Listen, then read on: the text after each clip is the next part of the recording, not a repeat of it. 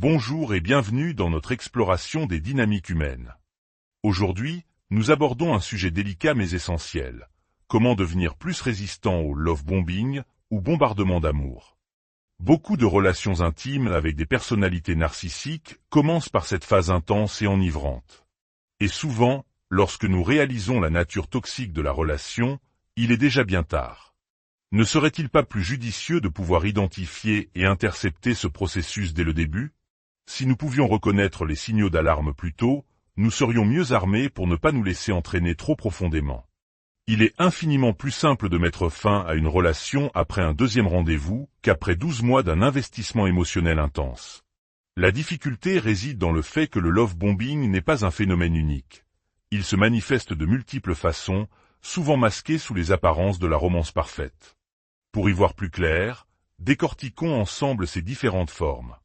D'abord, il y a le bombardement d'amour grandiose. C'est le plus visible, celui des contes de fées. Cadeaux somptueux, bouquets de fleurs incessants, rendez-vous spectaculaires et réfléchis dès le début. Des gestes extravagants, comme un voyage surprise pour un troisième rendez-vous. Une générosité apparente et sans limite. Il règle systématiquement l'addition dans des restaurants chers, vous couvre d'attention matérielle. Cette personne peut sembler séduisante, charismatique, partante pour tout, incarnant l'idéal romantique que beaucoup d'entre nous ont intériorisé. C'est le prototype classique du love bombing. Ensuite, vient le bombardement d'amour obsessionnel. Celui-ci peut inclure des éléments grandioses, mais il est surtout caractérisé par une communication incessante. Des messages dès le réveil, « Bonjour ma reine ». Des messages avant de dormir, « Bonne nuit mon trésor ». Des déclarations enflammées, « Je ne peux pas arrêter de penser à toi ». Vous êtes inondé de cette attention constante, ce qui peut être très flatteur. Vous avez l'impression que quelqu'un pense à vous à chaque instant. L'avantage pernicieux de cette technique est qu'elle élimine toute anxiété. Tant que les messages continuent d'affluer, vous n'avez aucun doute sur les sentiments de cette personne à votre égard. Puis, nous avons une forme plus insidieuse, le bombardement d'amour contrôlant. Il partage des traits avec la forme obsessionnelle, mais y ajoute une dimension de contrôle sur votre temps et votre espace. Très vite, la personne veut passer énormément de temps avec vous. Elle propose de venir vous chercher au travail, de vous y conduire, de vous accompagner à vos cours. Rapidement, elle commence à vouloir passer chaque nuit avec vous, donnant l'impression qu'elle a emménagé après seulement quelques semaines. Elle veut constamment savoir où vous êtes. « Salut mon amour, fais-moi un FaceTime pour que je vois où tu es. » Derrière cette apparente sollicitude se cache un manque de confiance profond et un besoin de contrôle.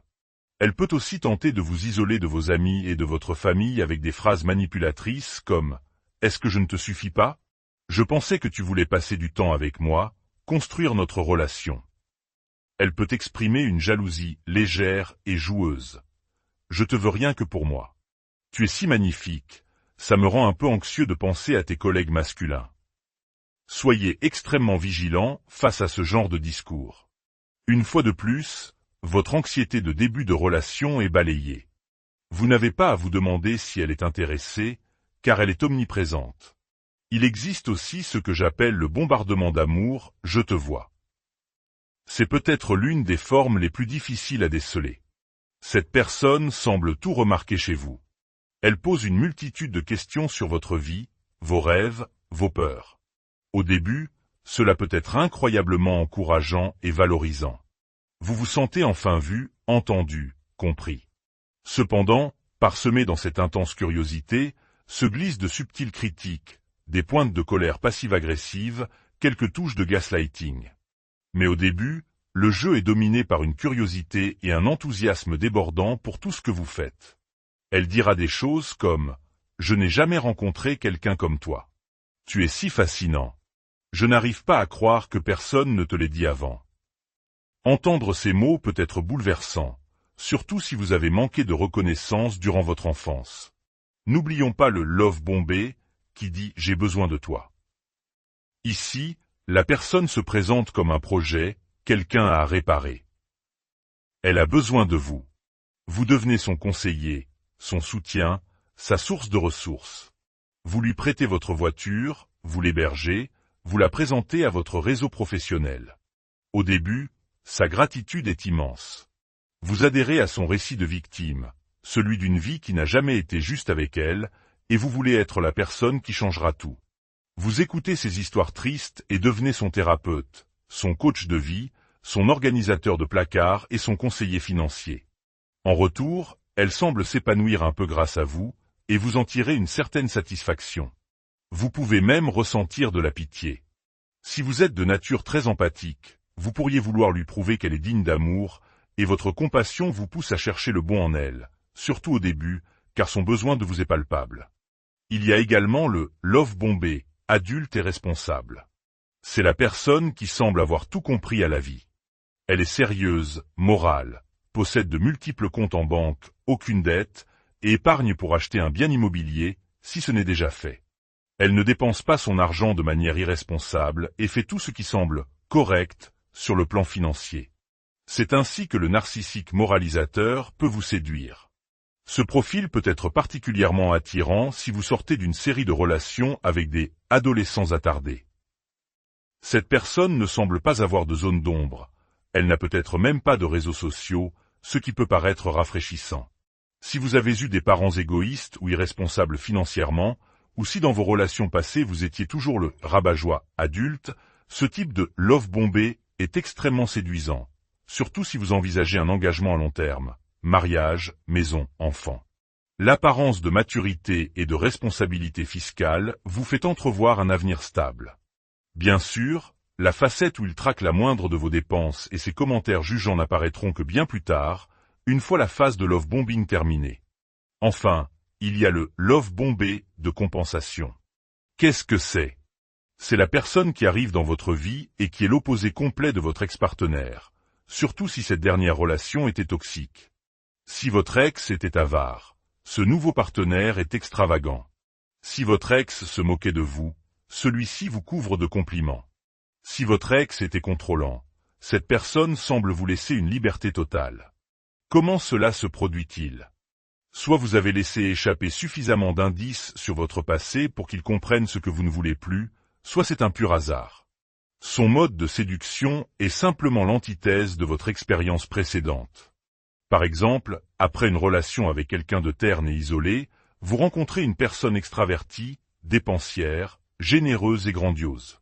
Au début, c'est une bouffée d'air frais. Vous êtes tellement soulagé par le contraste que vous foncez tête baissée, sans voir que ces qualités ne sont qu'une autre facette du même problème. Ces différents types de love bomber ne fonctionnent pas sur tout le monde. Certains sont rebutés par ces comportements, d'autres les accueillent à bras ouverts. Nous ne sommes pas tous vulnérables de la même manière, mais chacun de nous est probablement plus susceptible de tomber dans le panneau d'un ou deux de ces profils. Pour devenir résistant au love bombing, il ne suffit pas de connaître le concept ou même le narcissisme. La deuxième étape, la plus cruciale, est d'explorer vos propres angles morts psychologiques. Un angle mort, en ophtalmologie, est la zone de la rétine où il n'y a pas de récepteur visuel. Nous ne le remarquons pas car notre deuxième œil compense. Psychologiquement, comment compenser? C'est là que la connaissance du narcissisme doit être couplée à la connaissance de soi. Les schémas sont évidents. Les personnes ayant une blessure d'abandon seront plus vulnérables au love bomber, obsessionnel ou contrôlant, car leur présence constante apaise l'anxiété de la séparation. Ceux qui rêvent d'un conte de fées seront des proies faciles pour le narcissique grandiose.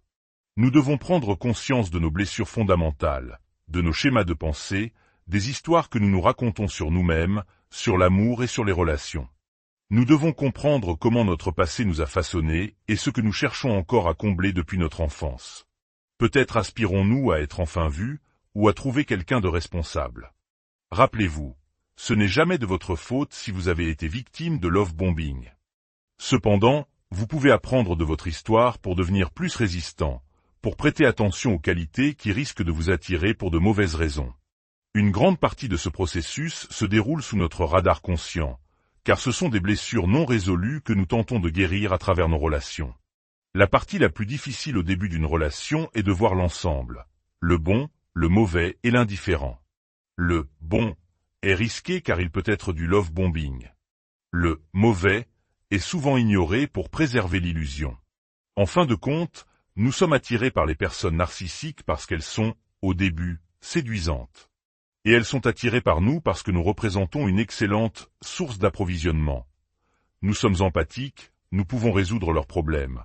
Nous sommes plus faciles à contrôler si nous manquons de pouvoir, ou nous leur apportons un statut social si nous en avons.